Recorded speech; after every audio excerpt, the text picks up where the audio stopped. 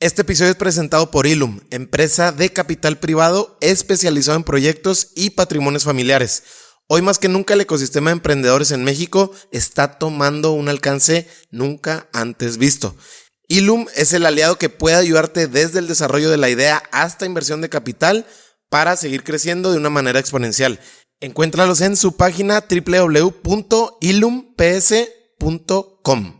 Y darme cuenta que había algo en las voces que a mí me llamaba mucho la atención, escuchar la radio. Mi sueño fue trabajar después en la radio, cosa que afortunadamente pude realizar después. Pero sí, yo creo que mi primera etapa, mi familia musical y las voces que yo iba escuchando, tanto cantadas como habladas, me dijeron algo hay aquí que después iba a encontrar que mi camino sería ese.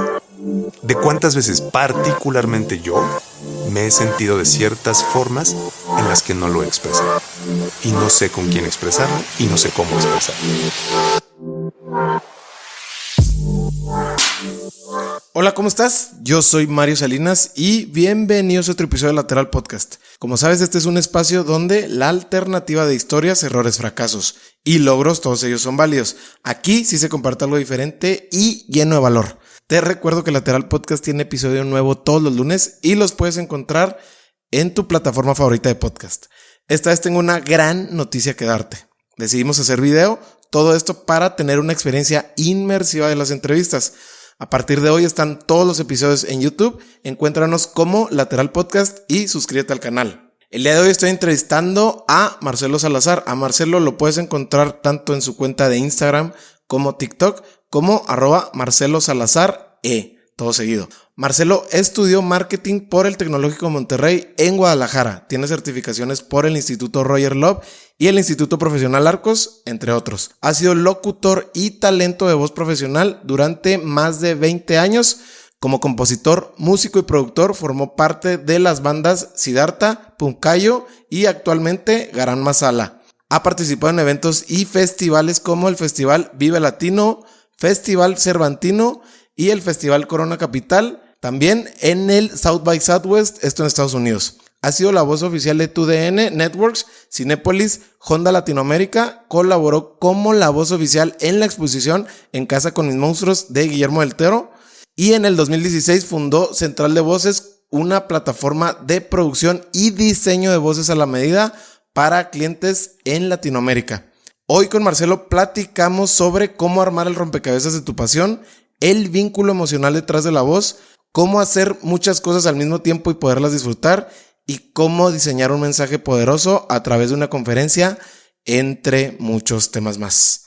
Marcelo es la referencia cuando se habla sobre diseño, locución y cómo encontrar el poder de tu voz.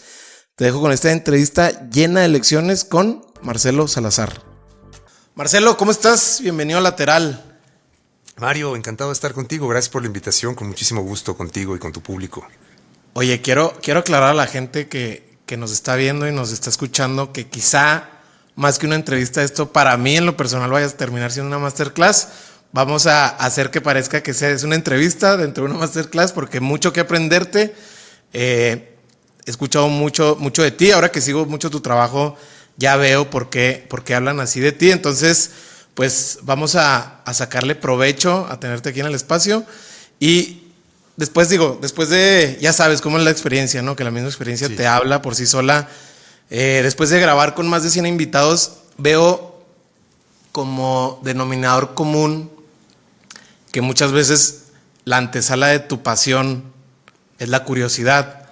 Uh-huh. En tu caso me gustaría saber si la curiosidad también aplica contigo en temas, sobre todo, no sé si de niño o de adolescente, de decir, bueno, me encantaría ser lo que ahorita ya eres, ¿no? O sea, mentor, coach, entrenador de diseño, músico, todo esto a través de tu voz. No sé si eso te encontró o lo encontraste en algún momento de tu niñez. Sí fue en mi niñez.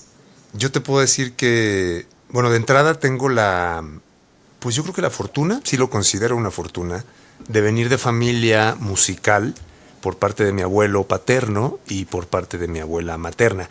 Digo que ellos dos porque son como los que lo ejercieron de una forma un poco más directa, pero la realidad es que también mis padres cantan bien, mis tías por los dos lados cantan muy bien. O sea, la música está en mi familia de una manera u otra, pero fueron mis abuelos, te digo por lado, mi abuelo paterno y mi abuela materna, quienes digamos que lo tomaron más en serio. Ambos fueron compositores de canciones, ambos tuvieron sus canciones grabadas por grandes figuras y grandes intérpretes de la música en México de los años 50, 60. A mi abuelo le grabó sus canciones Pedro Infante, Cuco Sánchez, Lola Flores. A mi abuela, una de sus canciones la grabó José José, Javier Solís. En el penúltimo disco de Vicente Fernández está una canción que escribió mi abuela. Y todo eso para mí fue siempre como increíble, saber que mis abuelos hacían música. Con mi abuela materna sí tuve una relación, ella falleció cuando yo tenía 20 años. Pero mi abuelo falleció cuando yo tenía 3 años, ¿no? Y a pesar de que sigo sintiendo su presencia energéticamente hablando y en espíritu, también me sorprendió mucho cuando me enteré que mi abuelo fue el autor de una película de Cantinflas, por ejemplo. ¿El autor te refieres al guionista? El guión. Ajá, el guionista. Él escribió la película El analfabeto de Cantinflas. Entonces, para mí fue una sorpresa de entrada porque yo decía, bueno, mi abuelo es compositor, yo sabía que era compositor de canciones, pero luego dije, ¿cuántas películas escribió? No, solo esa. Nada más. Entonces eso para mí también fue como empezar a darme cuenta de dónde venía. Hermanos también de mi abuelo, hermanas de mi abuelo que también estaban sumamente relacionadas con la música. Todo fue un terreno que yo después empecé como paulatinamente a descubrir poco a poco. Y te puedo decir que mi historia en cierta medida se parece mucho a la película de Coco. O sea, yo la película de Coco la tengo, me llegó mucho porque me pasó algo muy parecido. O sea, yo literalmente encontré la guitarra de mi abuela en el closet, así guardada. De repente un día estaba buscando no sé qué, estaba muy chico y encontré la guitarra y para mí fue como de wow, ¿no? La guitarra. Y cuando encontré la guitarra, algo pasó. Yo creo que tenía, no me acuerdo si 4 cuerdas la guitarra, no tenía ni idea de afinar. Nadie me afinó esa guitarra, yo simplemente me puse a explorarla, a tocarla y me gustó mucho. Pero como siempre, bueno, venía esta consigna de pues la música, sí, entretente con ella, pero obviamente no va a ser algo a lo que te vas a dedicar, ¿no? Y al paso de los pocos años, yo creo que tendría como 6 o 7 años, a la par de que ocurría esto que te cuento de la guitarra, a mí me llamaba mucho la atención cuando yo veía películas en el Canal 5, en el XHGC, que veía Las Cazafantasmas o Karate Kid o películas de esa época, que veía yo, por ejemplo, escuchaba y me daba mucha risa que veía y era el pero ¿por qué la gente todo el tiempo habla de esta manera en los doblajes de las películas? Me parecía muy extraño que nadie en la calle hablaba de esta manera y para mí era muy gracioso y le decía a mi papá, oye padre, ¿por qué la gente no habla así en la calle? Y sí, ¿por qué hablan así en las películas, no? Y mi papá me decía, bueno, pues son doblajes, mira que los actores yo no entendía muy bien a qué se refería, pero había algo en ese momento que me desconectaba de la película. Había algo que yo no sabía qué era, porque cuando las veía en inglés, si bien no entendía el idioma, había algo que me conectaba con la película. Y obviamente pues eran las voces reales de los actores, ¿no?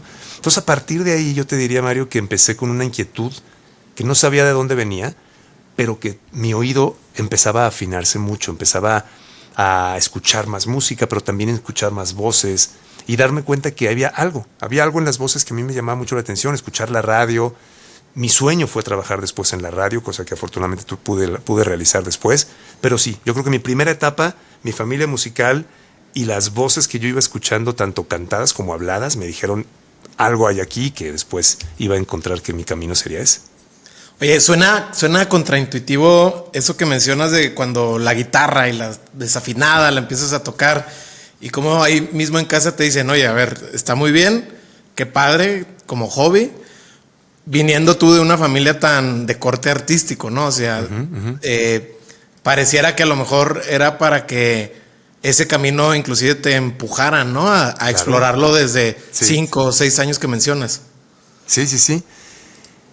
No sé qué fue, yo creo que también mucho, no sé si es un poco el temor de que puedes ver cómo es realmente vivir de la música, este tema de las desveladas, este tema del alcohol, muchas cosas que hay, no siempre, y no es una regla, y no es que todos los músicos sean no, pero pasa y está ahí.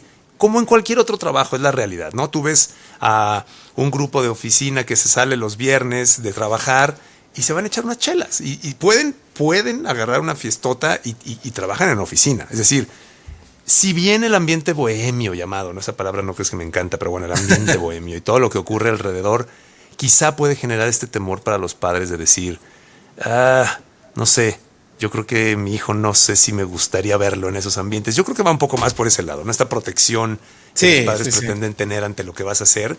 Pero bueno, de alguna forma intenté seguir ciertos pasos, estudiar, ¿no? Seguir la carrera, seguir lo que tenía que hacer. Y yo tenía que hacer, porque también era una parte que yo decía, bueno, es una negociación. Y al paso del tiempo, yo te puedo decir que de alguna u otra manera me fui saliendo con la mía, ¿no? Escuchaba una entrevista de Gabriela Watkins, investigadora, escritora, guionista,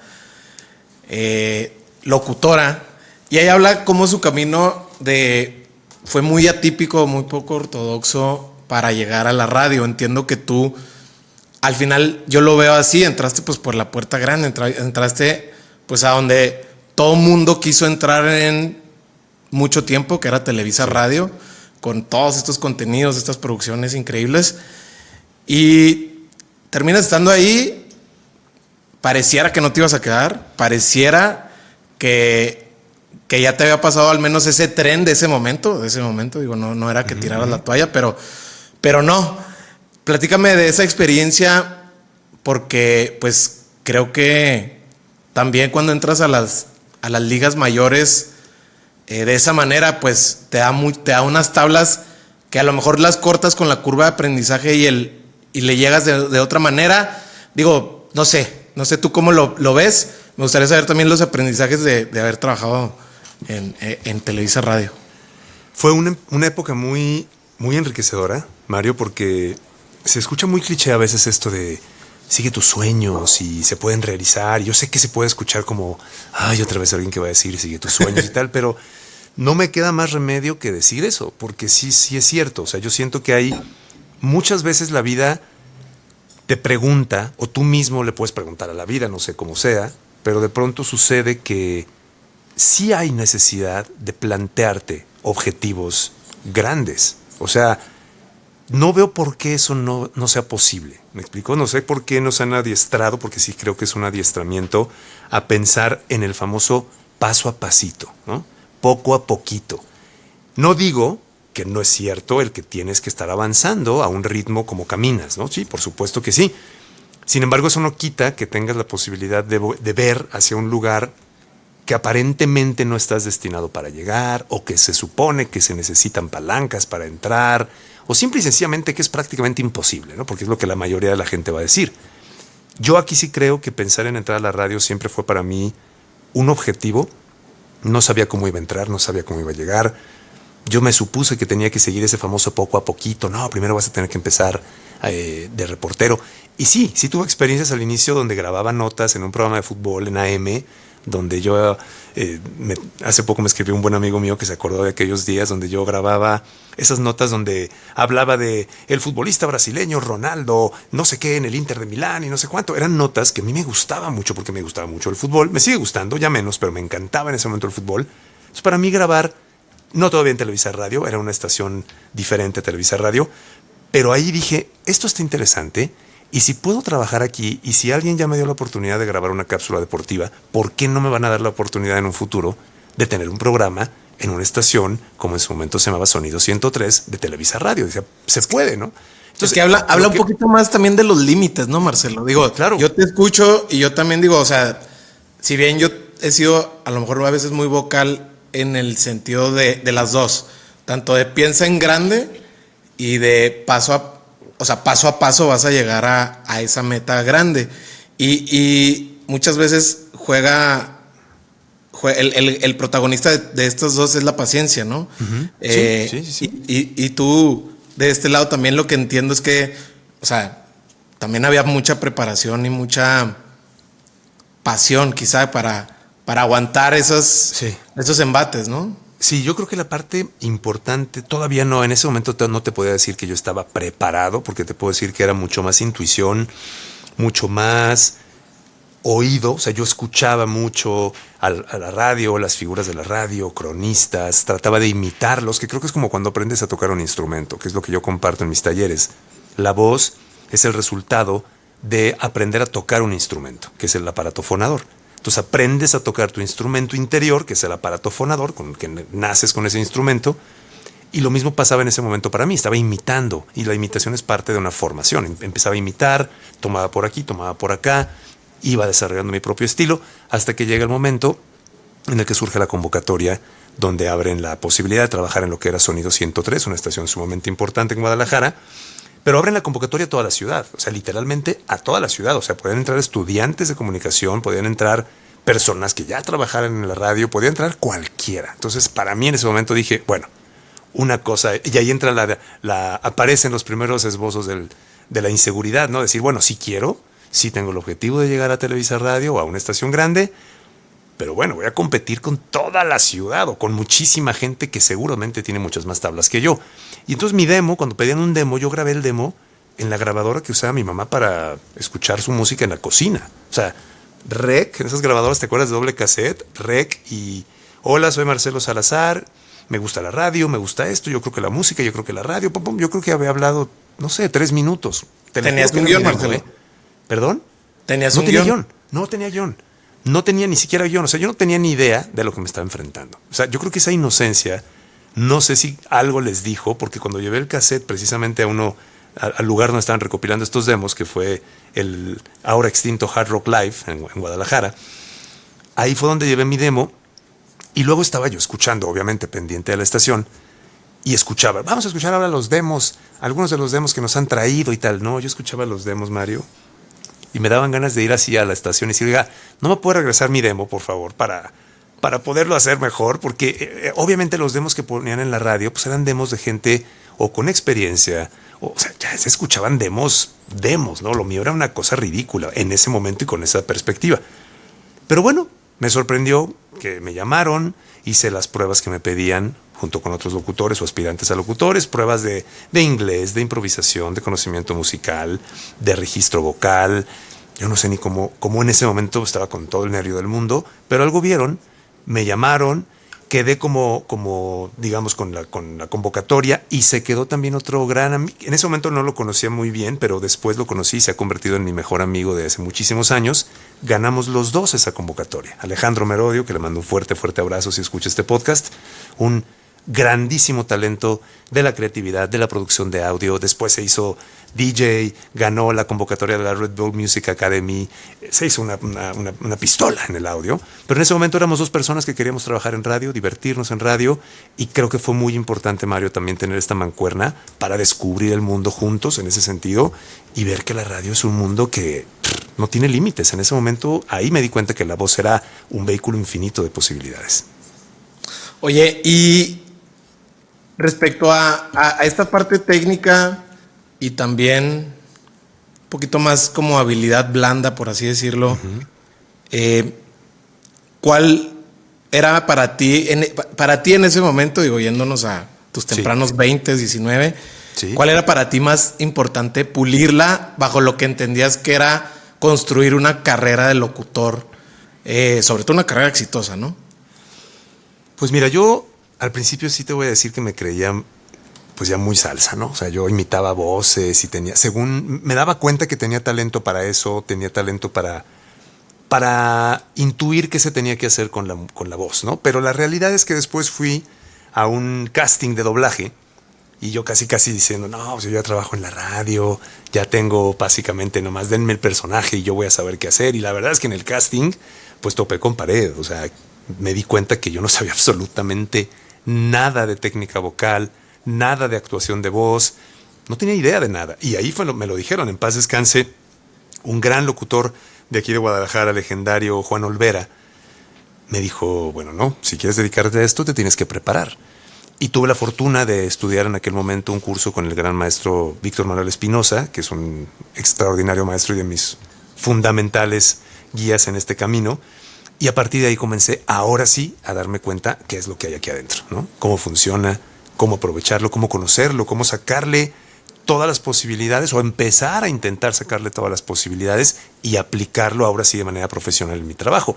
Eso lo cambió absolutamente todo. Te podría decir que ahí me di cuenta, hablo de esto como la parte técnica, ¿no? La parte fisiológica, técnica, conocimientos de funcionamiento, pero todavía no entraba yo en el mundo del vínculo emocional que tiene la voz, que ese fue otro momento de mi vida que también fue un parteaguas, ¿no? Y ese se me hace increíble. La verdad es que cuando te he escuchado hablar ya de cómo lo conectas con este aspecto emocional, de mentalidad, psicológico. Antes de eso quiero irme hacia atrás. Uh-huh. Tú tienes también otro mentor. Ahorita estás hablando del maestro Víctor Espinosa. También otro que menciona sobre la confianza, cómo alguien te hizo creer en ti. Y es el profesor Cardoso. El profesor Cardoso, sí. También eso es algo que quiero saber. ¿Tú cómo lo abordas hoy en día? Ahora sí que los papeles se cambiaron. Tú siendo maestro, coach, estratega. Sí. ¿Cómo a la hora de que antes de empezar a grabar me decías de estos talleres, cursos que los disfrutas como niño, ¿sí? Como niño en concierto o como músico, que al final del día termina siendo tú también músico? ¿Cómo entiendes tú la confianza que le debes de transmitir a alguien que quiera aprender de tu expertise, en el sentido de cómo se lo transmites? Mira, tocando el tema de mi queridísimo maestro Cardoso, en paz descanse, que me cambió la vida, completamente me cambió la vida, precisamente por la confianza, Era un maestro de mano dura, he de decirlo, y cualquiera que escuche este podcast y haya estudiado con el maestro Eduardo Cardoso en el TEC de Monterrey de Guadalajara en los 25 años creo que fue maestro, cuando falleció y entrabas a su Facebook, en el muro de su Facebook, era increíble, yo nunca había visto eso, era una cantidad de comentarios, deja la cantidad, la calidad, también la cantidad, pero la calidad de los comentarios era algo increíble, o sea, se te ponía la piel de gallina de la emotividad, del agradecimiento, de la cantidad de personas que estaban de verdad agradecidas por lo que logró. ¿Qué lograba? Básicamente eso, que hacer que confiaras en ti. ¿Y a qué me refiero con confiar en ti? Hacerte cargo de tu voz. La confianza no es un velo que simplemente descubres y a partir de ahí todo es miel sobre hojuelas. La confianza es darte cuenta que no hay otra persona que le puede dar ese impulso y ese empuje a tu voz como tú. Es decir, serte responsable, ¿no? Nos tenemos que ser responsables de conocerla primero, porque es lo que yo trato de hacer en los talleres. Conoce tu voz, conoce el origen de tu voz, date cuenta de qué es tu voz, para que entonces la puedas aceptar, te puedas reconciliar con ella y ahora sí comenzar a caminar juntos. ¿Y cómo caminamos juntos? Dándonos cuenta que coexistimos. O sea, mi voz me representa, pero yo también la represento a ella y es como una especie de simbiosis permanente en la que la confianza juega un papel importante, pero yo diría la responsabilidad amorosa que le tenemos o que deberíamos de tenerle a nuestra voz. Creo que ahí es donde se empiezan a juntar los caminos y el maestro Cardoso para mí fue quien me empezó a abrir los ojos, abrir los oídos a que mi confianza estuviera siempre presente. Y ahora yo intento a mi manera. ¿Cuál es mi manera? No sé si tengo una forma de describirlo, pero sí te puedo decir que trato de ser muy respetuoso con los procesos de cada quien, porque definitivamente cada quien tiene una historia. Trato de generar un espacio seguro para la gente que trabaja conmigo en los talleres, para que se sientan precisamente con la soltura de no temerle a lo que está ocurriendo. Me refiero a no temerle a decir a todo mundo nos puede asustar abrirnos vulnerablemente con personas que no conocemos, pero luego cuando te das cuenta que la otra persona está hablando exactamente del mismo problema que tú, dices, bueno, creo que sí vale la pena escuchar y vale la pena hablar. Y a partir de ahí empiezan a desdoblarse las piezas, Mario. A ver, te quiero hacer una pregunta que tiene dos caras. Uno, hablas de conocer, entender y conciliar, entre otros aspectos de tu voz. Primero quisiera saber desde el aspecto como aprendiz y luego después como maestro, ¿cómo primero lo entendiste como aprendiz y hoy en día cómo es que lo llevas a la práctica? Digo, hablando de aspectos generales, sí. Sé que es algo de un workshop y seguramente hay temas que quizá los desarrollas todavía más con detalle, pero primero me gustaría saber, digo, porque tú empezaste como locutor y no todos los locutores que yo conozco y he escuchado hablan como, o sea, entienden la responsabilidad y el poder que tiene la voz, como es tu caso. Entonces, sí, me gustaría saber primero desde el aspecto de aprendiz, o sea, cómo lo entendiste tú, cómo llegó a ti y hoy en día cómo es que tú lo implementas o compartes. Bueno, primero como aprendiz, yo hubo un tiempo en el que creía que que tenía la bendición de tener una voz bonita, ¿no? O sea, lo pensé mucho tiempo como de, mira qué bueno, así como nace gente con determinado color de ojos o con determinada complexión física que resulta que en la época en la que nace es la complexión agraciada, ¿no? La que a quien consideras, no sé, alguien nace con una mujer que tenía caderas prominentes en los 50 era considerada guapísima. Hoy no, ¿no? O a lo mejor hoy sí, pero hace 10 años no. Entonces yo pensaba que, mira, nací con voz bonita y me pagan por hablar, ¿no? Qué bendición. Y cuando me di cuenta que eso era una posibilidad a la que podíamos acceder absolutamente todos, a causa de que estudié con el maestro, con Serge Wilfart, que ya hablaremos de eso. O sea, a ver, ¿te das cuenta? Sí. Ahí vamos, déjame, me detengo porque eso yo creo que es un punto muy importante, porque la gente nos va a escuchar, yo mismo. A mí, digo, hablas un poquito de cómo pensamos de nuestra voz al inicio, entiendo que lo haces en tu taller. Ajá. Y yo por lo menos me he considerado que siempre me ha gustado mi voz. Qué bueno, eres de los pocos, qué bueno. Exacto. Sí. Y siempre, y justo yo también pensé que iba a terminar en la radio, no terminé en la radio, pero terminé haciendo un podcast, que al final del día ese era el propósito. A lo que voy con esto es, o sea, ¿cómo te das cuenta que todo mundo puede tener una voz modulada, asertiva, buena, con poder, con todo esto que vamos a mencionar ahorita más adelante? O sea, ¿cómo te das cuenta tú que los demás también pueden? Porque tú sí podías y decías, bueno, es medio, no sé, suerte y estoy aquí y lo estoy aprovechando, pero después de darte cuenta que los demás, creo que abre una puerta que te ha abierto demasiadas puertas a la fecha, sí. ¿no? Te lo voy a contestar de una forma muy, muy sencilla. ¿Has escuchado llorar a los bebés? ¿Has escuchado llorar? Y además no solamente llorar, porque hay que decir que los bebés no solamente lloran. Hay sonidos que emiten los bebés que no son llanto, que sí son un sonido, digamos, más acercado al habla que al llanto. Es decir, no siempre están llorando. Aunque para nosotros como adultos entendamos solamente llanto, hay veces que los bebés están emitiendo un sonido que no es llanto. ¿A qué me refiero? Todos los bebés, absolutamente todos los bebés, emiten un sonido perfecto. Perfecta. No hay bebé que nazca llorando tímidamente o llorando defectuosamente o llorando más feo que otro bebé. ¿Sí me explico? El sonido natural de la voz, natural me refiero a esos primeros días o meses de nacido de un ser humano, es completamente igual para todos. Nunca vas a escuchar que un bebé se quedó afónico. Nunca vas a escuchar que a un bebé lo tuvieron que llevar a clases de llorar porque pues, no sabe llorar, entonces se lesionó las cuerdas porque no sabe llorar. Nunca. Entonces lo que te digo con esto es que lo que vamos haciendo es que cuando nacemos en prácticamente todo somos inútiles. No sabemos caminar, no sabemos distinguir, o sea, estamos apenas, sí somos unos molusquitos que prácticamente no sabemos hacer nada, salvo usar el aparato fonador. Perfectamente bien.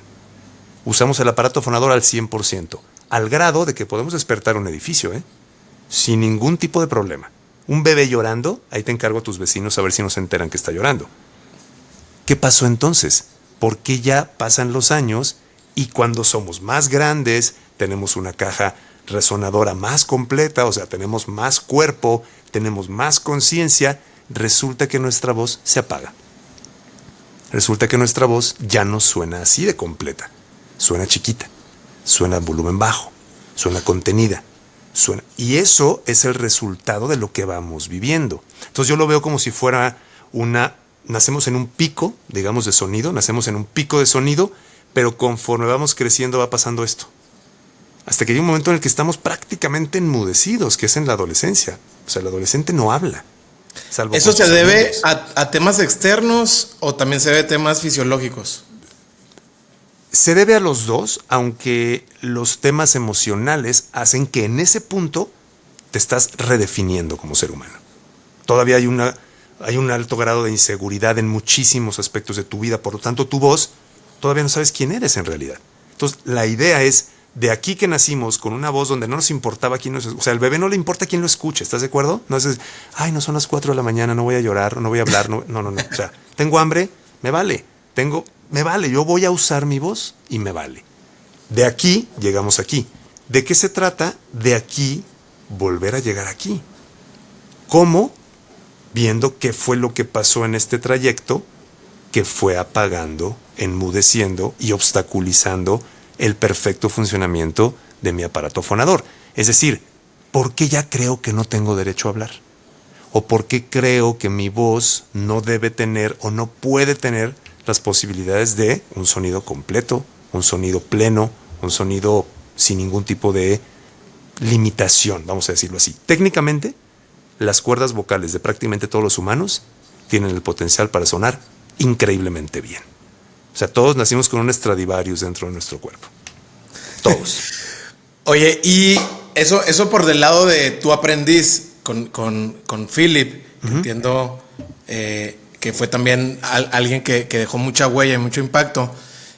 Y hoy en día quisiera saber cómo tú lo implementas o lo compartes, porque digo, y aquí quiero ser muy claro para la gente que todavía no entiende muy bien. O sea, tú hablas mucho también del aspecto técnico, desde cómo modular la voz y cómo un volumen claro que se entienda y que también reciba la información que uno quiere comunicar. Sí, de acuerdo, muy bien. Pero también el aspecto emocional, diagonal, psicológico. Sí. O sea, esa parte se me hace increíble. Es que son causas y consecuencias, Mario. Fíjate, la consecuencia es hablar a un ritmo lento. La consecuencia es hablar a un ritmo rápido. La consecuencia es hablar a un volumen alto. Pero ¿cuál es la causa? La causa puede ser todo lo que acabas de decir. Una gran cantidad de situaciones en mi historia personal que hacen, a manera de consecuencia, que mi voz tenga un ritmo acelerado, por ejemplo. Si yo solamente trabajo la consecuencia, que es lo que es muy similar a ir al doctor y que trabajen los síntomas, ¿no? Oiga, doctor, tengo fiebre. Bueno, pues sí, vamos a trabajar los síntomas, pero ¿cuál fue la causa, ¿no? ¿De dónde vino esa fiebre? ¿De dónde viene ese dolor? ¿De dónde viene esa mala postura? Y con la voz es muy parecido. Yo trato de, cuando empecé a investigar todo esto y cuando empecé a trabajarlo, me di cuenta que la causa desactiva la consecuencia muchas veces a una velocidad que ni siquiera lo puedes creer. Porque me doy cuenta yo como ser humano que esa causa, insisto, que está repetidamente apareciendo en mi vida, de pronto hace que mi voz tenga una manifestación específica hacia un ritmo, hacia un tono o hacia un volumen determinado. Entonces, si yo no veo la causa, y la causa puede ser algo, yo tengo un video que subí a redes en TikTok donde hablaba y explicaba este caso de una persona con la que trabajé que hablaba muy rápido porque no se había dado cuenta que la causa era que literalmente su voz seguía anclada en un momento histórico donde su padre llegaba a comer, sentaba a sus 6 hermanos en la mesa y le empezaba a preguntar a cada uno que le contaran cómo le fue en la escuela, cómo les fue no sé qué. Y el último era esta persona con la que yo trabajaba. Entonces imagínate, ya su papá tenía prisa, estaba a punto de levantarse y él se daba cuenta, mejor dicho, no se daba cuenta, pero lo hacía, que si no hablaba totalmente rápido, no lo iban a escuchar. Entonces, ¿qué pasa? Tu voz se queda anclada en ese momento. Cuando se engancha con un momento de tensión o de nerviosismo, es como si tu voz regresara, en este caso, por ejemplo, a la mesa con tu papá. Entonces vas a hablar rápido, sin que te des cuenta y sin que lo puedas controlar, hasta que ves cuál es la causa. En este caso, no evito los consejos generalizados. No puedo decir, si hablas rápido es porque tu papá... No puedo decir eso. Te necesitamos hablar. Por eso son siempre en mis talleres grupos muy reducidos. Porque yo no puedo tener a 100 personas en un grupo de taller, es imposible.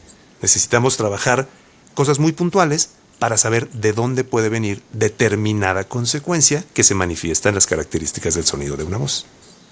Sí, porque, digo, ahorita hablas, como lo entiendo, son bloqueos emocionales que se quedan en tu voz. Uh-huh. Y tienen que ver mucho con justo lo que mencionas. O sea, a lo mejor cuando estás muy contento, o no sé, efusivo, ajá, pues vas a empezar a gritar y la gente te voltea así como que, güey, pero pues no es para tanto. Pero a lo mejor tú lo llevas a ese momento porque lo conectas con algo que pasó en algún momento muy trascendental, es lo que te entiendo. Entonces ya hay como un ejercicio seguramente socrático donde empiezas con preguntas de escalera quizá, ¿no? Entonces para ver de dónde hay y si es posible también se pueden desbloquear, Marcelo. Entonces, sí, yo siempre, y es importante que lo menciones, porque, por ejemplo, antes de entrar a mis talleres, yo siempre les entrego un cuestionario para conocer un poco más de las personas que van a entrar al taller.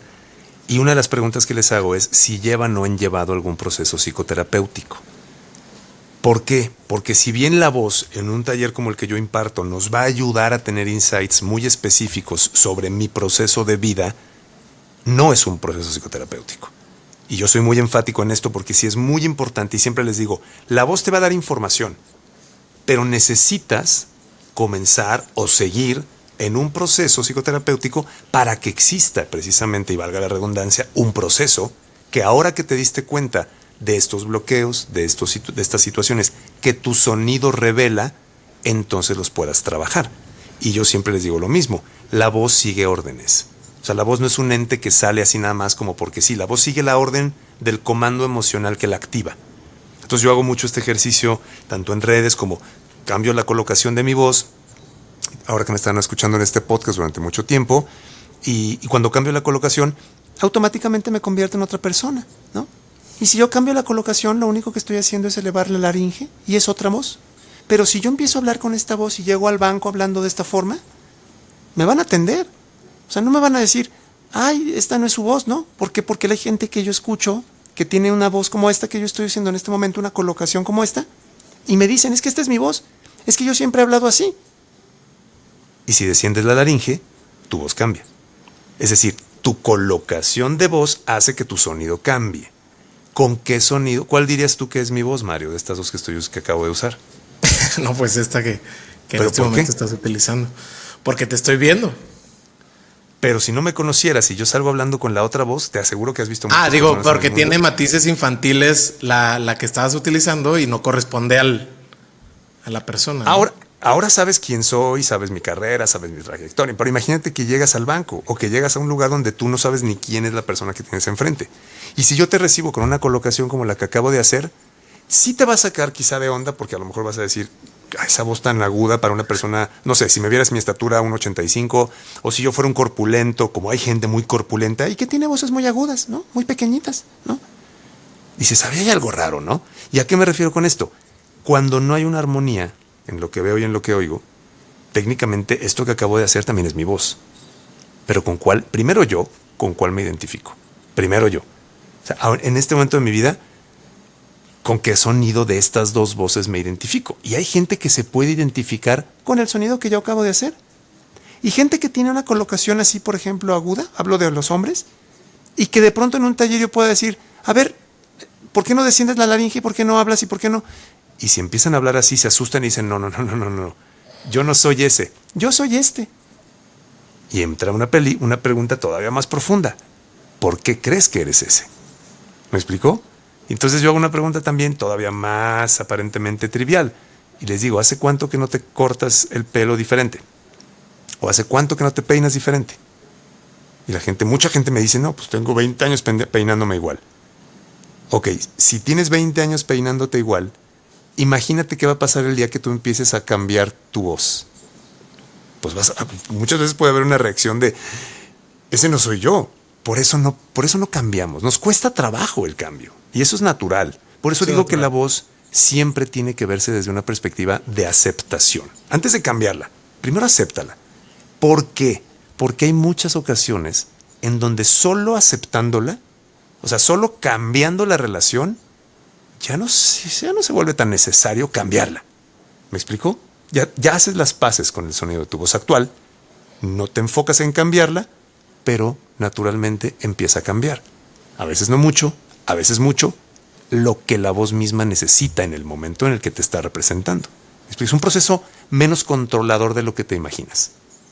Oye, y desde el aspecto fisiológico, ahora sí hablando de tu garganta, las cuerdas, ¿tienes tú como algún set de cuidados o como para mantenerlo? Sobre todo, y digo, yo entiendo que tienes público, o sea, sí, desde gente que va muy dirigida a la música, pero sé que también tienes gente que habla en público como conferencistas, o inclusive la gente que dirige un equipo de trabajo que tiene que tener esta voz muy asertiva y dirigida para que no se escuche que lo estás regañando. Sí, me refiero, tienes como decir, bueno, este aparato que tienen aquí también hay que mantenerlo de una manera así como se cuidan la piel con un bloqueador, así como se cuidan los pies. ¿Cómo es para ti ese cuidado que le das? Porque creo que tú lo entiendes de una manera un poquito más profunda, ¿no? Sí, bueno, yo a eso que estás describiendo, Mario, le llamo pues hábitos de salud vocal, ¿no? Que no es lo mismo que salud bucal, ¿no? Que decíamos que bucal es de boca, vocal es de voz. Entonces, no son cuerdas bucales, son cuerdas vocales. No digo que tú lo dijiste, pero luego suele ser un término muy usado, las cuerdas bucales. Son cuerdas vocales. Mira, algo tan sencillo como la hidratación, ¿no? El agua llega a las cuerdas por medio del torrente sanguíneo. O sea, si yo estoy tomando agua en este momento, es para refrescarme la boca. Pero técnicamente esa agua que me estoy tomando en este momento no me sirve para humectar o hidratar mis cuerdas. Para humectar o hidratar mis cuerdas durante la entrevista que tengo contigo, tuve que haber tomado agua hace 5 horas. Más o menos. ¿Me explicó? ¿Para qué? Para que mi torrente llevara el agua a las cuerdas a la hora que las necesito tener bien hidratadas y bien humectadas, como es en este momento. La hidratación y la respiración, 2 cosas sumamente básicas, fundamentales, que no están en ningún momento lejos de las posibilidades de cualquier persona, pueden determinar la calidad de tu voz. Saber respirar y mantenerte hidratado. Con el hecho de respirar lo menos posible por la boca, haces un cambio impresionante. Así, lo menos posible, hablo de lo menos posible. Que tú tengas la posibilidad de acostumbrar. Eso es un tema que trabajamos también en los talleres. ¿Y por qué lo digo? Porque es una costumbre. Hay un libro que yo siempre recomiendo en todos los podcasts o entrevistas que me hacen que se llama Respira, de James Nestor, que es un libro increíble que te abre los ojos a la importancia de respirar. Y muchos de los problemas más graves de la salud, problemas bucales incluso, ahí sí bucales me refiero a acomodo de dientes, situaciones de sueño, muchísimas consecuencias de salud el no respirar correctamente.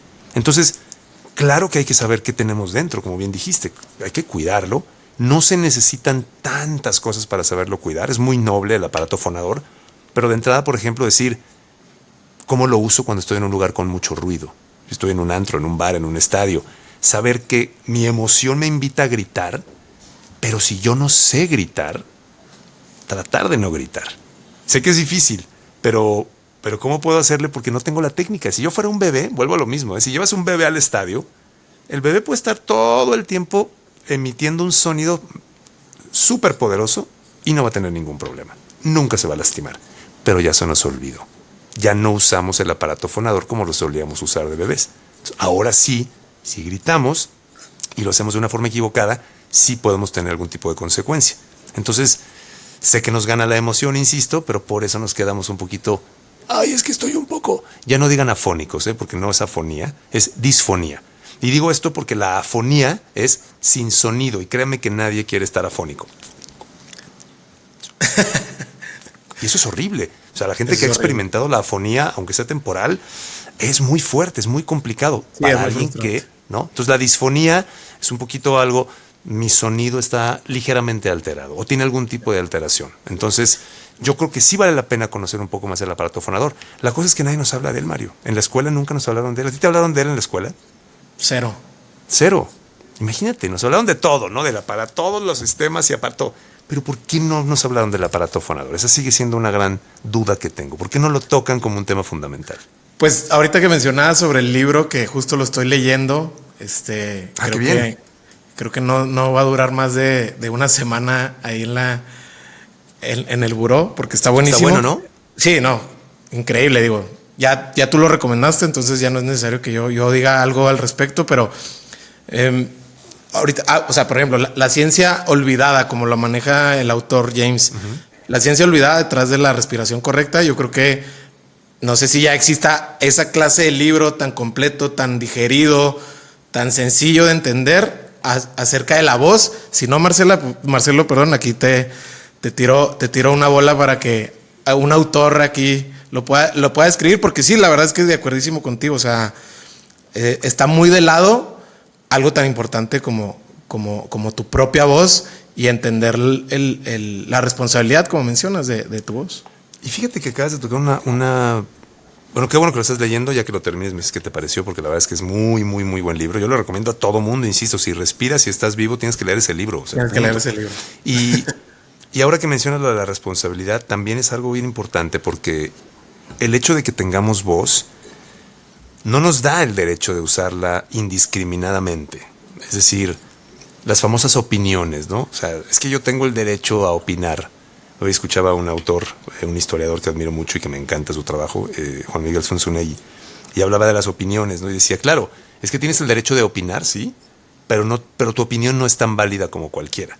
Ni tienes la obligación de opinar de todo aparte. Claro. Pareciera que en Twitter es obligación opinar de todo. Exactamente. Y ahí es donde la voz también juega un papel importante. Yo primero soy el primero que me pongo en este carril, ¿no? O sea, hay que entender que hay veces que hay que callar y hay que guardar silencio. Y hay que entender también que la voz es un regalo y que es una responsabilidad enorme. O sea, la voz no podemos estarla despilfarrando en cosas que pueden meternos en problemas, pero sí la podemos usar. Yo siempre digo esto también, la voz es un recurso. O sea, tú puedes, cada cuando reconoces el trabajo de los demás, cada cuando de verdad agradeces en un momento dado, es que no traigo propina o que no traes propina. Hay muchos oficios y muchos trabajos que no se ve bien vista la propina. Tú vas a una nevería, te atienden de maravilla y no se ve muy bien que le des propina a la que te atendió en la nieve. Yo sigo pensando en que eso es una cosa muy rara de la sociedad capitalista, ¿no? O sea, no solo a los meseros, ¿no? Está bien, yo agradezco el trabajo de los meseros y me encanta que un mesero genere un cierto ambiente como para decir, gracias, me la pasé muy bien. Pero hay muchas veces hay trabajos donde no se acepta. No vas a llegar al cajero del banco a darle una propina, ¿no? Y puede haber cajeros que te den un servicio excepcional, pero sí puedes decir con palabras algo que le cambie el día. Oye, muchísimas gracias, ¿eh? El servicio que me acabas de dar es de verdad excepcional. O sea, vengo mucho al banco y lo que acabas de hacer, de verdad te lo agradezco y es de lo mejor que he vivido. Muchas gracias. Ay, güey, ya te encargo lo que sintió esa persona. ¿Y te costó dinero decir eso? No, está al alcance de todos. Pero no lo hacemos tanto. O sea, no vemos a nuestra voz como un regalo, una ofrenda que le podemos dar al mundo, literalmente, de muchísimas más formas de las que creemos. Marcelo, tú dices que los niños, los borrachos y nuestra propia voz siempre dice la verdad. Platícame ese rol que tiene tan transparente la voz acerca de pues sí, exacto. O sea, digo, entiendo las implicaciones, ¿no? De cuando la típica de cuando estás saludando a tu vecino y le dices que todo está bien, pero en la misma voz tú dices, güey, me queda claro que no todo está bien, amigo. No sé qué pasa, no sé si quieras hablar de eso, sí, pero claro, no está bien. Exacto, es claro lo que estás diciendo. En esta frase que yo obviamente es una frase, un dicho popular, ¿no? De los niños y los borrachos siempre dicen la verdad. Y entendemos este tema de los borrachos, bueno, alguien que no está en conciencia, que no tiene pleno uso de sus facultades en un momento dado, bueno, pues la mente está suelta y dices cosas que quizás siempre quisiste decir, pero no te atrevías a decir, ¿no? Y la voz, precisamente digo esto porque es así que tal cual como tú lo estás diciendo. El sonido de la voz no puede mentir. O sea, el sonido, hablo de las características, las cualidades de ese sonido, ¿no? Nuestro oído y nuestro cerebro están previamente entrenados para reconocer cómo suena la euforia, cómo suena la tristeza, cómo suena el miedo, cómo suena, o sea, ya sabemos cómo suena el miedo, ya sabemos cómo suena la tristeza. Si yo escucho un sonido que mi cerebro decodifica como tristeza, pues yo voy a saber que esa persona, a lo mejor no conscientemente, o sea, no es un proceso como de, pero quizás si nos ponemos un poquito más con detenimiento, sí podemos saber y determinar que una persona está triste. No porque está triste, no cuánto tiempo lleva triste, quizá no podemos saber tanto, pero hay algo que nos dice que hay una persona que si, por ejemplo, escuchas a alguien con un tono un poco más, ¿no? Como un poco más agudo y quizá un volumen más bajo, un poco más de aire, y puede ser que esa persona pues tenga algún grado de, pues a lo mejor de tristeza, ¿no? La voz suena diferente. Y eso independientemente de las palabras. Por eso digo que la voz lanza mucho más información, a veces de la que quisiéramos incluso, porque no queremos que la gente sepa algo de nosotros, pero la voz lo está diciendo y la gente lo va a saber. Oye, a mí me pasa muchas veces en la mañana, digo muy temprano, y eso a lo mejor ahorita aquí ya voy a desbloquear eso contigo. Ajá. Algún hack que me puedas compartir, sí, pero sí. Me pasa que en la mañana tipo 8 o 9, que no es muy común que tome llamadas a esa hora, pero cuando tomo piensan que estoy enojado o dormido. Pero siento que tiene que ver mucho con no sé si se llame así, calentamiento también de tus cuerdas. Sí. O la misma gesticulación, no sé, de la boca, porque me pasa muy seguido y también pasa que en las llamadas hay veces que tú dices, se me hace que me habló así porque está ocupado, simplemente está ocupado, trabajando o está en una plática o está en otra llamada. Mira, de entrada, por ejemplo, la calidad del sueño, ¿no? Muchas veces una cosa es decir, sí dormí, y otra cosa es, sí descansé. ¿Me explicó? Puede influir mucho la calidad del sueño, así como lo dice en el libro de Respira. Si respiras por la boca en la noche, cabe la posibilidad de que te reseques la garganta. Te deshidratas. ¿De acuerdo? Esta resequedad me refiero a que como no hay ningún tipo de filtro, como las fosas nasales, la garganta no tiene filtro, entra el aire directito a las cuerdas y reseca, ¿no? La resequedad viene de el contacto constante del aire. Entonces puede ser un factor que, como yo me sometí a una respiración de forma equivocada, mi garganta, mis cuerdas, todo el aparato fonador, o esta parte de aquí que es muy importante en la fonación o en la calidad del sonido, puede sonar no tan pura, digamos, no tan cristalina la voz. Entonces, no, estoy exagerando, pero hay gente que se despierta y habla con la faringe un poco así, ¿no? Bueno, ¿no? Este sonido pues no es muy amigable, que digamos, ¿no? Entonces está ocasionando que la gente, muchas veces, insisto, si no hay descanso, literalmente el cerebro, el cuerpo todavía quieren estar dormidos. O sea, no hay una acción de ya desperté. El descanso es sumamente importante para la calidad de la voz, muy importante. Por eso los cantantes, la gente que ya quiere darle a su voz una exposición mayor o que requiere darle una exposición mayor, el descanso es fundamental. Y entonces también para cualquier persona, si tú no dormiste bien, Mario, por ejemplo, o no te hidrataste lo suficiente, o quizá consumiste muchos lácteos, cenaste pizza, cenaste unas quesadillas, los lácteos no son muy amigos de una voz de calidad cuando tienes una reacción que es propensa, por ejemplo, a la generación de flemas, ¿no? Entonces se pueden generar algunas flemas que interfieren en la calidad de la voz. Lo que te quiero decir es que hay muchos factores. Ese hack que me preguntas, quizá yo te diría, ¿qué también estás descansando?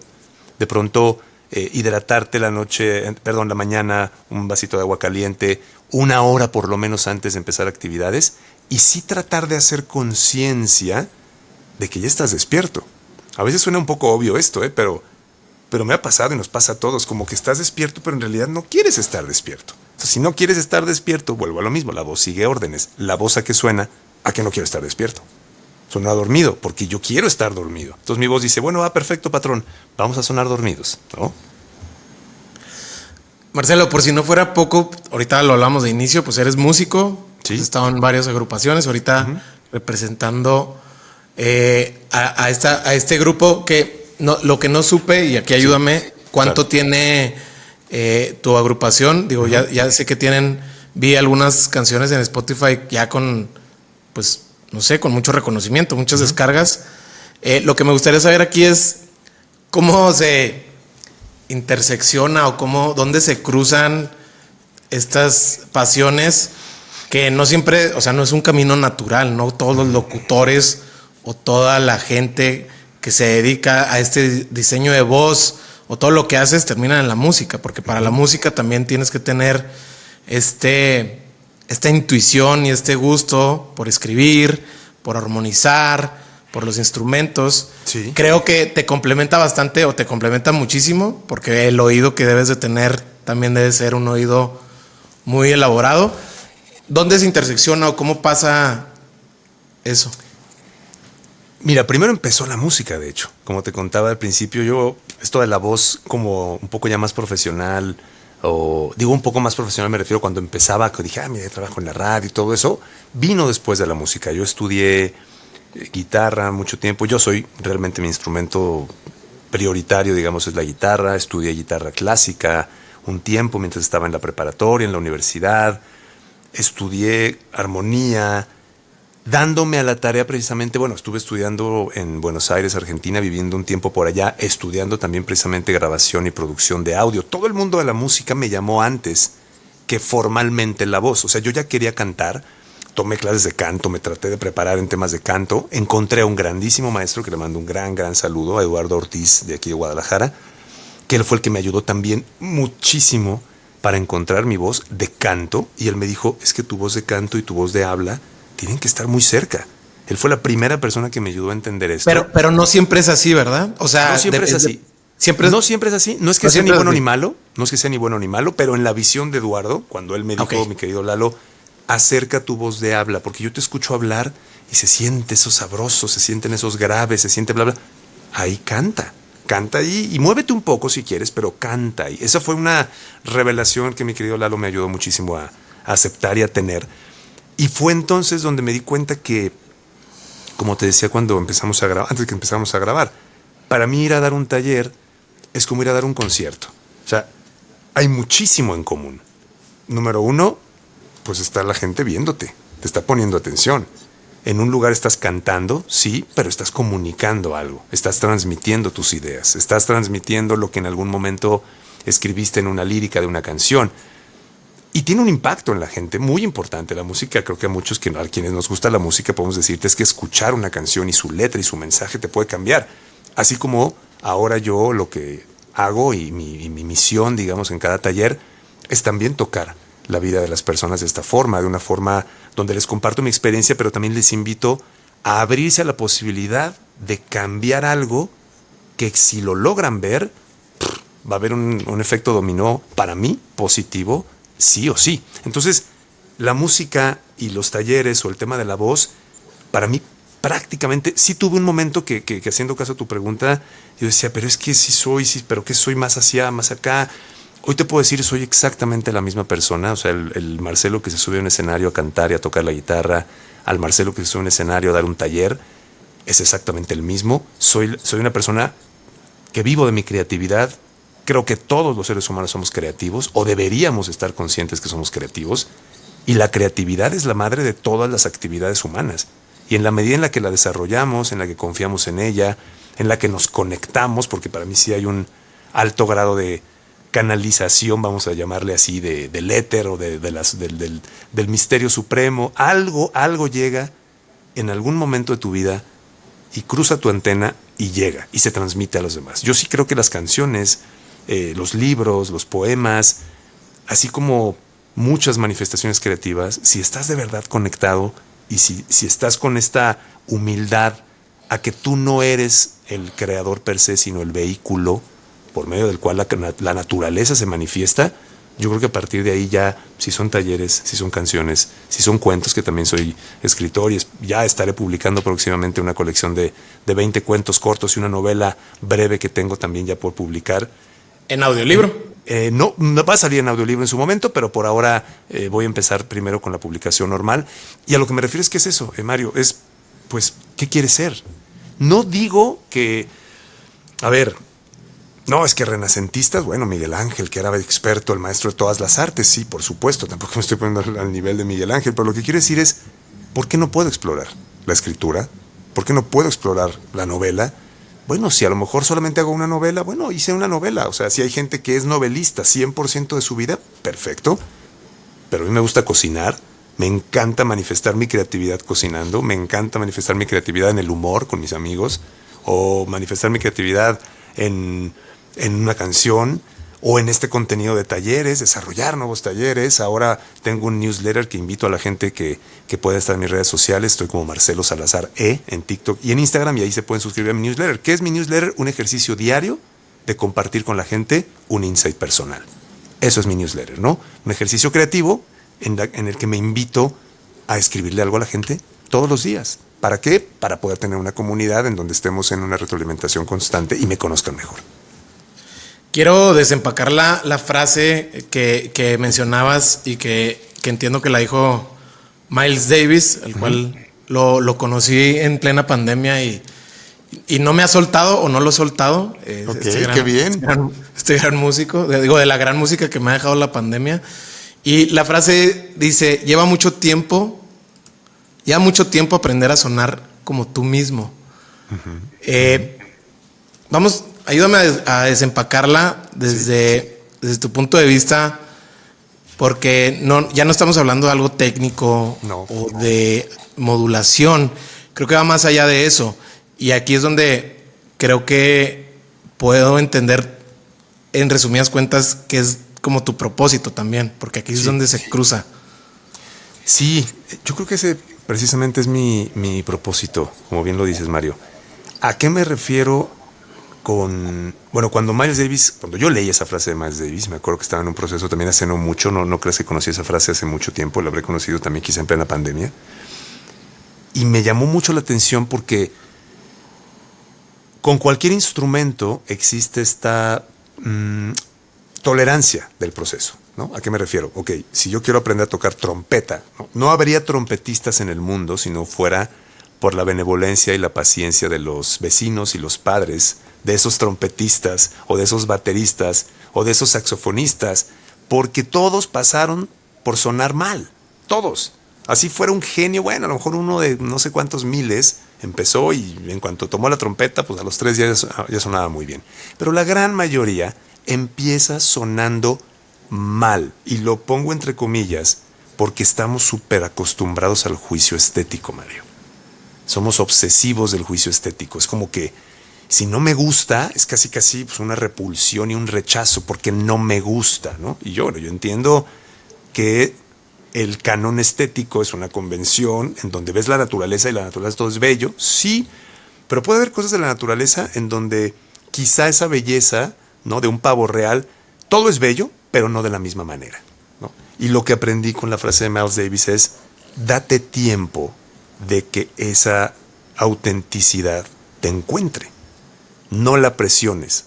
Sí transita el camino para llegar a ella, sí síguela buscando, sí disfruta ese trayecto, pero permítete ser encontrado por esa autenticidad. Hay gente que la encuentra, pues hay guitarristas que, no sé, Brian May de Queen, ya sonaba a Brian May desde el primer momento que inventó su propia guitarra. Y bueno, no hay muchos Brian Mays, ¿no? No hay muchos Carlos Santanas, que una nota y ya te dice eso es Carlos Santana, punto, se acabó, no necesito más. Hay muchos que no somos así. Sin embargo, eso no está mal tampoco, ¿no? Yo hoy te puedo decir, después de muchos años, que puedo definir mi sonido de guitarra y me puedo escuchar y digo, así quiero ser, así quiero sonar. No quiere decir que te estancas y que ya no quieres explorar, pero hay una base, hay una espina dorsal de la cual empiezas a partir, ¿no? Y en la voz, en esta misión, pues es básicamente eso, decirle a la gente, tente paciencia, inicia el camino, pero amorosamente date cuenta que esto es un proceso, ¿no? Hay que tener mucha paciencia y de verdad la perseverancia que necesita cualquier cambio profundo y de verdad.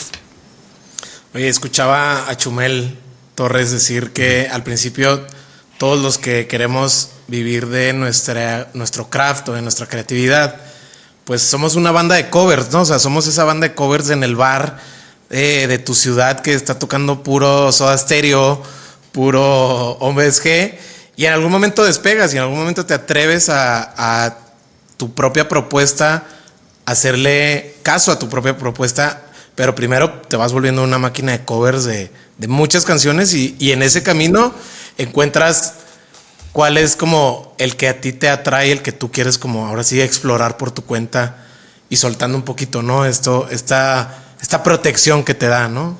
Estar como muy influenciado. Es un buen ejemplo. Y creo que, usando esa misma analogía de los covers, creo que hay gente que va a tocar covers y va a tocar siempre covers. Y no está mal tampoco.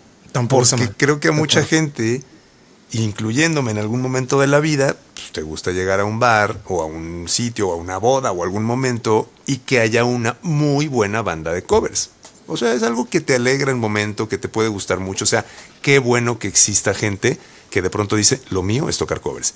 Pero y de hay acuerdo, otras personas que transitan, lo que te iba a decir, hay otras personas que transitan por ahí y toman lo que necesitan de ese periodo. Claro. Y dicen, yo no puedo seguir en esto más que 6 meses, un mes, un año, y necesito comenzar mi búsqueda. Y creo que entiendo muy bien lo que mencionas, porque totalmente no está mal empezar como Miles Davis. No está sonando a ti mismo ahorita, pero no importa. Lo de menos, estás en el proceso de encontrar tu sonido.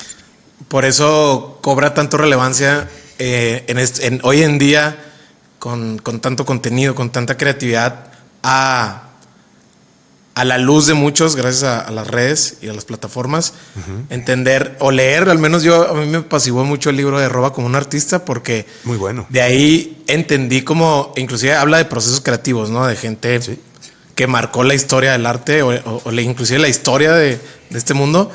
Entonces de ahí como que te apaciguas. Y luego después pasa que conoces, por ejemplo, no sé si te gusten y no sé si los conozcas. Sí, creo que para mí son bastante famosos. Esta banda de covers que se llama Matute. Sí, claro. Que es este cuate, el hijo de Lupita D'Alessio y su banda. Lo que voy es que esos güeyes tienen un estilo que, si bien la canción tú sabes que no es de ellos, pero tú los ves en el escenario. Y yo los he visto 2 veces. Una en un evento de la compañía con la que estaba y otro ya por mi cuenta. Y en la segunda vez dije, es Matute. No sabía que iba a ver a ellos porque era como un festival. Estos güeyes son Matute. Y los vi de lejísimos. Y vaya que no presumo que tenga buena vista. A lo que voy es que también en el mismo estilo defines tu fondo. Sí. Pasa a veces, ¿no? Entonces eso se me hace muy, muy interesante. Sí, es un estilo que va, como te decía, desdoblándose, ¿no? Va apareciendo al paso del tiempo.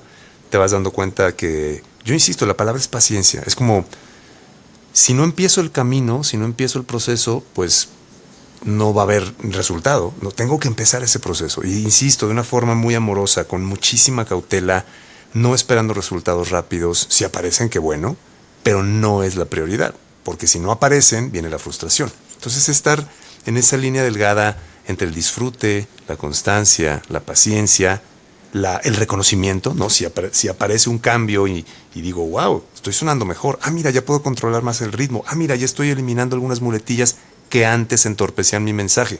Maravilloso, qué bueno. Pero darte el tiempo de concederte esa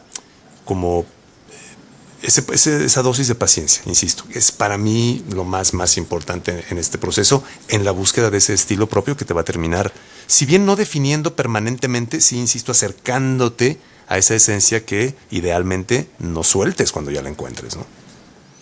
Tienes, antes de hablar de tu compañía central de voces, tienes un método que lo diriges para conferencias, sobre todo de alto impacto. Sí. Platícame de esta metodología, un poquito ya al detalle de qué se trata. Sí.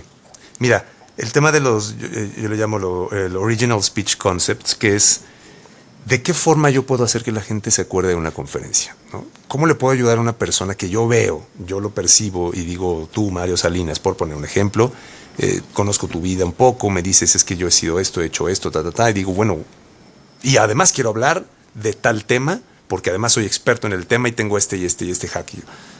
Maravilloso. ¿Cómo le hacemos para que la gente salga de esa conferencia con Mario Salinas, que no necesita ser Elon Musk? ¿A qué me refiero? No necesita ser una celebridad. Yo he estado con gente que no son celebridades, en términos entrecomillado, ¿no? No son personas que la gente espera ver, pero que salen de la conferencia y dicen, quiero saber más de esta persona, porque tienen mucho que decir. Entonces lo que yo hago es ayudarle.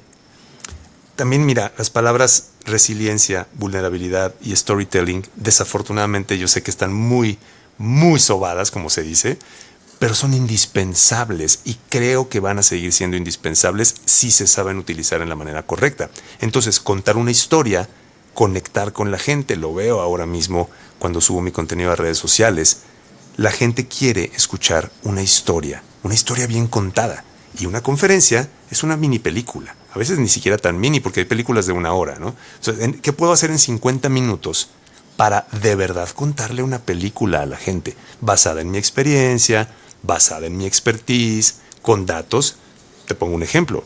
Estadística. Ok, los datos siempre van a llevar atrás una emoción. Si yo le digo en mi conferencia a alguien, 8 de cada 10 mujeres sufren violencia doméstica. Eso es un dato, ¿no? Yo puedo citar la fuente y decir en el estado de Jalisco, ¿no? Y cito la fuente y digo, esto es estadística. No es estadística. Bueno, sí es estadística.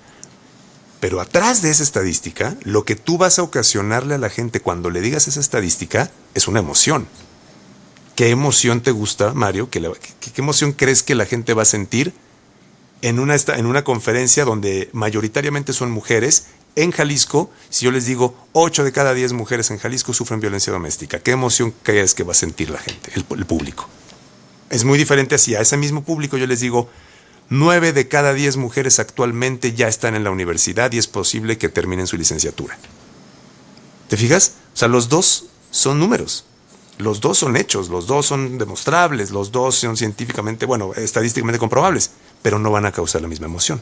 Es el delivery, ¿no? Entonces... Claro, yo voy a saber que la estadística va a causar una emoción específica. ¿Estoy consciente de ello? Me los voy a llevar a esa emoción. ¿Y luego qué voy a hacer? ¿Los voy a dejar ahí? ¿O me los voy a llevar a otra? ¿Cuál es esa otra? ¿Y cuál es la forma en la que me los llevo de un lugar a otro? Entonces, la película, que si tú te pones a analizar cualquier película, la narrativa de la película, pues hay veces donde no está pasando nada. Hay veces donde pasa mucho. Hay veces donde estoy sumamente triste. Hay veces donde tengo un miedo brutal. Y hay veces donde estoy enamorado de la protagonista. Entonces, eso es lo que buscamos en las conferencias. ¿Cómo le hago para traducir tu vida, Mario, a una película conferencia que la gente pueda decir, entendí perfectamente, no solo quién es Mario, sino qué era lo que me hizo venir a verlo? Y ese es el punto del método.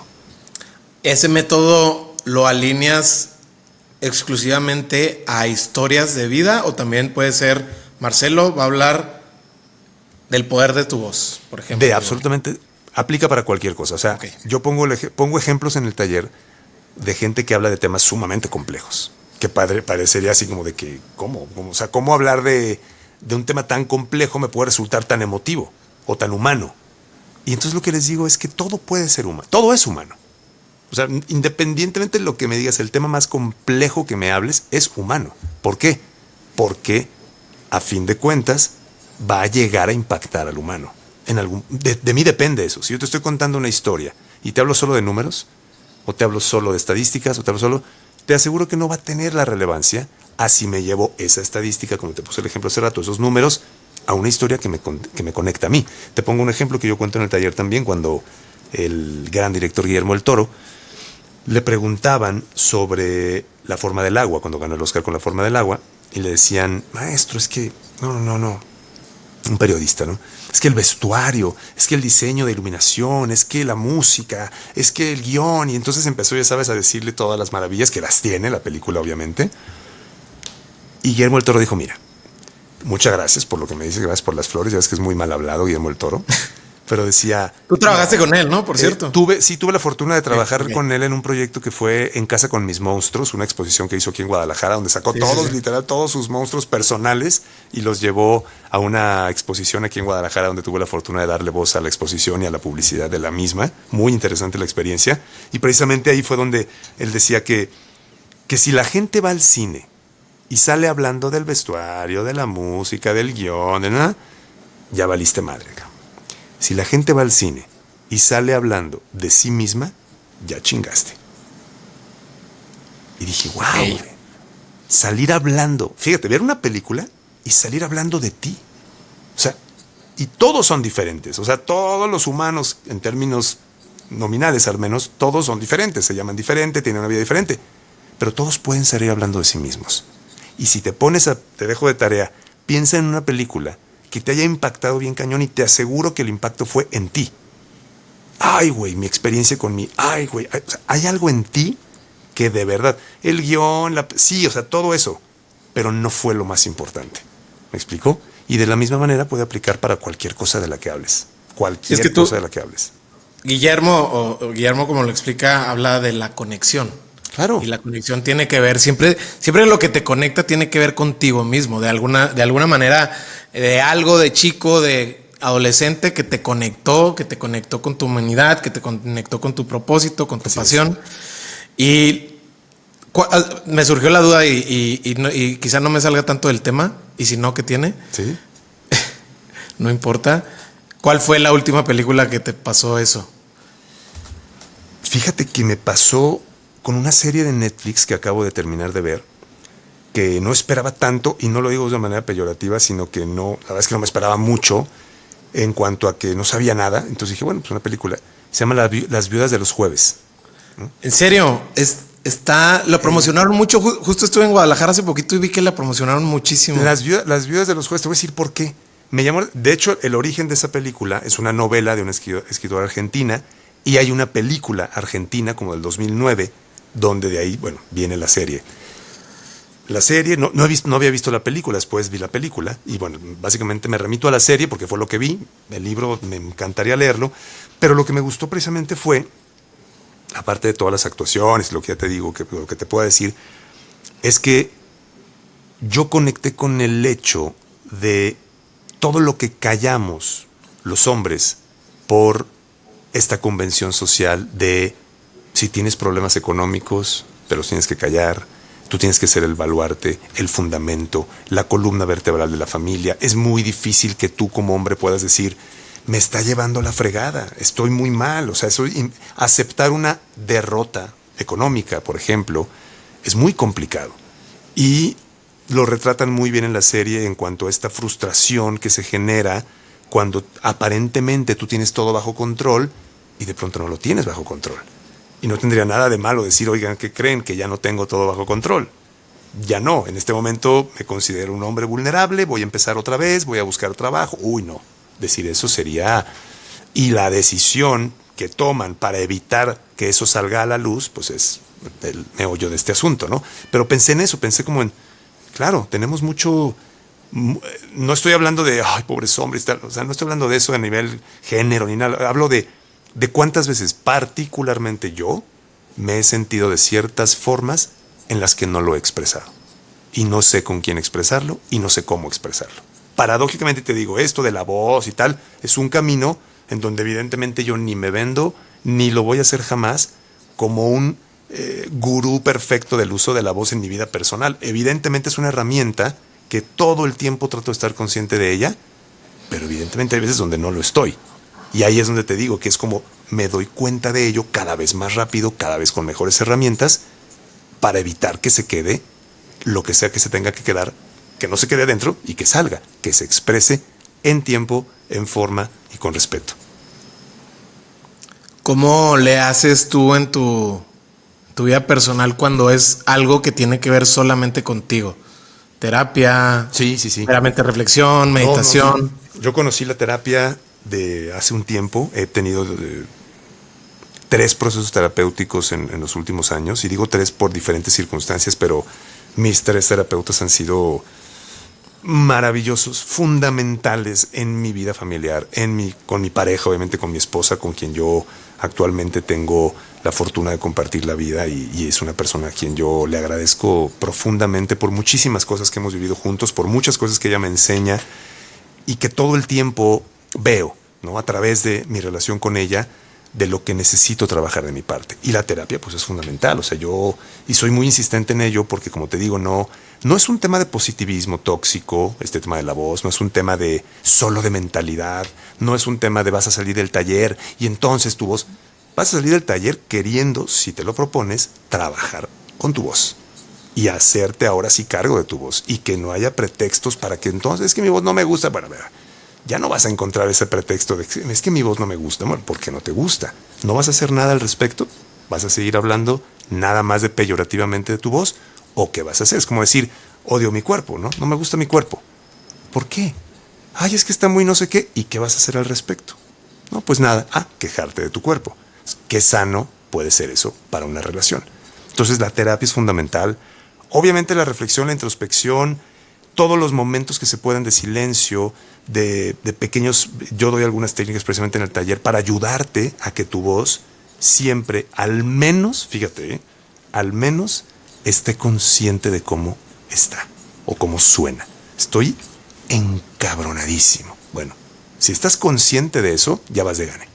De verdad ya vas de gane. ¿Por qué? Porque incluso tú puedes decir, estoy súper enojado, mejor en este momento le pido a mi cliente que me dé 5 minutos y no le hablo ahorita. Prefiero, en este momento, si estoy consciente de lo que estoy experimentando, prefiero que me dé 5 minutos. ¿Y sabes qué puede pasar? Que el cliente, cuando reciba tu mensaje de que si me das 5 minutos, el cliente diga, puta, yo también, qué bueno, porque estaba... ¿No? Creemos que siempre el otro está bien. Creemos que el otro, el que llega tarde, soy yo, el que pidió 5... Y digo llegar tarde no porque es una costumbre, ojo, estoy hablando de excepciones donde digo, en este momento sí necesito 5 minutos. Pero es que ¿cómo se los voy a pedir al otro? Porque igual el otro le van a caer de maravilla esos 5 minutos también, porque ¿qué crees? También es humano. Y también puede estar experimentando una emoción displacentera y tampoco sabe gestionarla. Entonces quizá esos 5 minutos le pueden caer, quizá, y si él no hace consciente de lo que está viviendo, esos 5 minutos a lo mejor lo van a estresar más, pero tú sí te estás haciendo consciente de ello. Y tú sí estás diciendo, ¿sabes qué? Ahorita necesito un poco de tiempo, necesito ser consciente de 5 minutos. ¿Qué está pasando conmigo? Ah, claro, es que me acabo de pelear con fulanita, fulanito, me acaban de asaltar, me acaban de robar, me acaban de... lo que sea, ¿no? Me enteré de una tragedia familiar. Bueno, pues soy humano. Insisto, si no me doy cuenta de eso y no lo hago consciente, como dice el dicho, no buscas quién te la hizo, sino quién te la paga, ¿no? ¿Tienes alguna técnica en esos momentos de agitación emocional, sobre todo emociones no placenteras, Sí. como para Mira, regularte? yo lo comparto. Aquí sí quiero ser muy cuidadoso con esto de las técnicas porque aquí es donde entra precisamente la seriedad de un proceso psicoterapéutico. Es decir, hay gente que puede confundir esto, no confundir, sino no monitorearlo de manera correcta y puede ser el inicio de un ataque de ansiedad. Y para eso hay muchas, evidentemente el mindfulness te dice, ¿puedo lidiar con este momento? O sea, en este momento estoy bien. La mente te va a decir que no estás bien, la mente te va a decir que estás a punto de entrar a la junta donde te van a correr, donde va a salir todo mal, donde hay diferentes escenarios. Y por eso te digo, es importante el acompañamiento psicoterapéutico porque si esto es muy seguido, o sea, si pasa mucho, lo tengo que consultar con mi terapeuta. Oye, ¿qué está pasando? Pero fíjate qué diferencia. Yo siempre les digo que es como ir a terapia, es como ir a clases de guitarra. Si yo voy a terapia, si yo voy a una clase de guitarra, voy con el maestro me deja un ejercicio, salgo de la clase. Adiós, maestro, muchas gracias. Me voy a mi casa, dejo la guitarra en la sala, no la toco en toda la semana. Vuelvo a la siguiente semana a la clase de guitarra, ahí donde dejé la guitarra, ahí la agarro y me la llevo a la clase otra vez. ¿Tú crees que la siguiente clase va a servir de algo? ¿Por qué? Porque no hiciste la tarea. No hice la tarea y sobre todo, pues no detecté qué es lo que tengo que mejorar. Oye, profe, pues aquí este ejercicio que no me sale. Ah, ¿no te sale? Bueno, mira, va. Si yo entre terapia y terapia no me hago consciente de muchas cosas que están sucediendo y pues es como si llego a la terapia y quiero arreglar el mundo en 1 hora. No voy a poder. Pero si hago un poco de tarea y digo, a ver, esta semana tuve rachas de esto, me di cuenta de esto, mi voz me hizo ver esto. Para eso sí sirve la voz. Para eso sí sirve la voz, para que te ayudes del sonido de tu voz para saber qué está pasando contigo en lo profundo. Y cuando eso sucede, te lo digo, y te lo llevas a una terapia, la que sea, el método que la corriente, la persona que te sientas en confianza, o sea, ahí sí, cada quien va a elegir, pero puede ayudarte mucho más. Y te digo, la voz es una herramienta. El maestro Vilfar decía eso, la voz es diagnóstico y terapia al mismo tiempo. Te ayuda a saber de ti y si la haces tu aliada, te puede ayudar definitivamente a sanar. Marcelo, quiero ser súper respetuoso de tu tiempo, pero no quiero cerrar sin antes preguntarte. Hablamos ahorita de Central de Voces, que es una de tus empresas, sí. Y hablas de algo que me causa mucha curiosidad, sobre el diseño de voz hecho a la medida. Sí. Platícame un poquito de eso como para entenderlo de lleno. Mira, en la publicidad, hace mucho tiempo, todavía soy quizá unos 15 años o 10 años, tengo yo grabando publicidad, no sé, 20 años. Y al principio, lo que querían eran las voces del locutor, ¿no? Las llamadas voces del locutor. Nacidos Ford, nacidos fuertes, ¿no? Eso era lo que buscaban las ¿Esa es tu voz? O sea, me refiero, esa voz es la de... No es mi cuenta, no es mi cuenta. La uso porque es muy reconocida, pero claro. He grabado cuentas, he grabado a Honda, he grabado a Toyota. Sí. Y la mayoría te pedían eso, ¿no? Te decían, es que una voz que se escuche, que no sé qué. O bien una voz que aunque fuera un poco más aguda, sí sonara a que es una voz de publicidad. Al paso del tiempo, y eso es una corriente que vino de Inglaterra, de alguna publicidad en Estados Unidos, era lo que llamaban una locución más coloquial, más natural, ¿no? Entonces, al momento de yo empezar con este tema de diseñar voces a la medida, lo que hago es estos son proyectos un poco más de medianos a grandes, en donde yo le digo a la gente, bueno, a la gente de mercadotecnia y comunicación, ¿qué es lo que necesitas? Dame un brief de tu campaña. ¿Qué es lo que realmente quieres comunicar? ¿Por qué Porque la gente de marketing o de comunicación muchas veces tiene una idea, sin embargo, elige las voces porque suenen bien, porque suenan bonitas, porque suenan... Y muchas veces esa voz, desde mi perspectiva, de mi experiencia de publicitaria, no, yo escucho muchos comerciales de publicidad que digo, sí, la voz suena bien, pero no le veo ningún vínculo con la marca. Entonces lo que hacemos es, en ese diseño a la medida es, ¿qué tipo de concepto quiere transmitir la marca? ¿Qué sonido debe de tener la voz? En tono, en ritmo, en volumen incluso, en color, para así como diseñas un logo, por poner un ejemplo, diseñas una voz para saber lo más cerca que esa marca, en este caso, o este concepto, vaya a llegar a la gente. Entonces es como leer características de sonido, de voz, para saber en inflexiones, en terminaciones de frase, cómo puedo hacer para que si yo cierro los ojos y abro los ojos y veo esta marca y escucho esta voz, diga, claro, claro, me hace todo el sentido. No porque suene bonito nada más, sino porque, sí, la marca es ligera, la marca es esto, la marca es conceptos, digamos, de definición de persona, de marca persona, y decir, yo le escucho, porque eso es. Si yo escucho la voz de Ford, es una voz de la marca, o sea, la marca tiene voz, es esa voz. Y ahí le crees, porque eso es una camioneta que está en el campo y entonces tiene que, no sé, nada la detiene.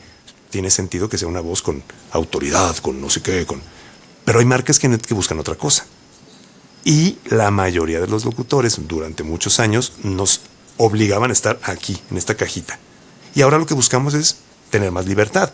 En redes sociales esto se permite. Ya no son los 20, 30 segundos, ¿no? No, ya es un minuto 10, un minuto 20. Si la historia está bien contada, ya la voz te permite llegar a ello. ¿Me expliqué?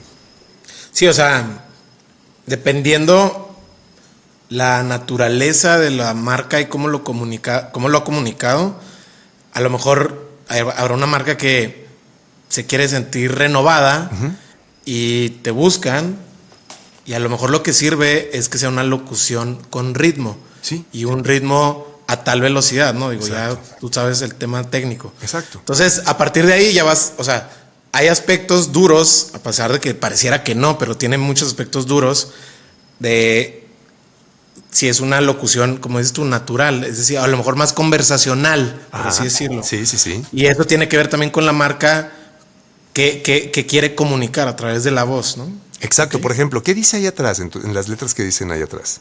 Dice Sherpas, que es mi patrocinador. Ok, y el color es verde, ¿no? Sí. ¿Por qué eligieron el verde? No tengo la menor idea. Yo te aseguro que el diseñador o alguien tuvo algún tipo de insight para elegir el verde y no el rojo o el café o el naranja, ¿no? Es la misma. ¿Por qué verde? Porque la marca, porque el verde genera... Entonces hay una comunicación que cuando yo la escucho en términos conceptuales, lo que yo hago es traducir eso en un sonido, en una voz. Claro. Que sí, es muy subjetivo, sí es subjetivo. Hay algunas cosas que no lo son, otras que sí lo son, pero en esa subjetividad lo que se busca es que la gente de la marca, de la agencia, entiendan y digan, eso es lo que estaba buscando. Déjame a mí, o sea, me estás pagando no solamente por hacer la locución, ni por usar mi voz. Estás hablando con el diseño que te va a ayudar a que la marca sea más creíble. Ya. ¿Me explico? Sí, o sea, lo que entiendo, digo, mi patrocinador es un fondo de inversión que invierte en empresas de base tecnológica, en startups. Entonces, quizá el verde hable de confianza. Claro. Hable de cercanía. Hable de influencia, de impacto, qué sé yo, ¿no? Entonces ponle esas mismas etiquetas, la esperas de una voz. Claro. Confianza, cercanía. Si la voz no se escucha ni confiable ni cercana, aunque se escuche bien, aunque se escuche bonita, aunque se escuche de locutor o locutora, pero no tiene esas cualidades, va a ser ruido. ¿De acuerdo? Marcelo, quiero cerrar con esta última pregunta. Me queda clarísimo que a través de tu voz has encontrado tu propósito y a través de tu voz este autoconocimiento que yo creo que es parte del camino de todos en este andar, en esta vida. Creo que eso ha sido para ti un parteaguas. No creo, estoy seguro que ha sido un parteaguas. Entonces, como última pregunta, me gustaría saber cuál ha sido el mejor regalo que te han dado. Y no me vas a decir que el Nintendo, porque no te lo voy a creer. Es una buena respuesta, el Nintendo. No, el mejor regalo que me han dado.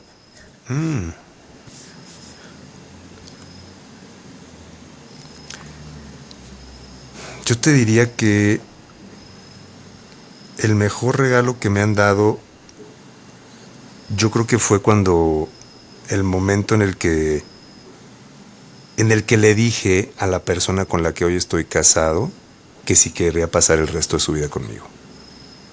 Yo creo que el regalo de haberme dicho que sí, conociendo quién era yo en ese momento y sabiendo quién era yo en ese momento y cómo era yo en ese momento, porque todos cambiamos y porque todos vamos avanzando, yo creo que ha sido el mejor regalo, porque lo que ha significado para mí esta unión, el tener a Fabia, que es mi mujer, y que es una grandísima profesional en muchos ámbitos. Ella es tanatóloga, es músico, es escritora, todo lo que te acabo de mencionar, de un nivel que siempre me sorprende y que además disfruto mucho ver este proceso creativo con ella. Me regaló eso, me regaló la posibilidad de dar un vuelco en mi vida que nunca me imaginé y poderlo experimentar de una forma intensa, muy sincera y con millones de colores en toda esta aventura. Así es que para mí siempre fue pensar en esto como una etapa que me ha traído muchos momentos muy interesantes, muy felices, de muchísimo crecimiento, y pues es un regalazo, ¿no? Es un regalo absoluto. Marcelo, te quiero agradecer muchísimo tu tiempo. Gracias por entregar lo que entregas con tanto valor y con tanto entusiasmo, digo.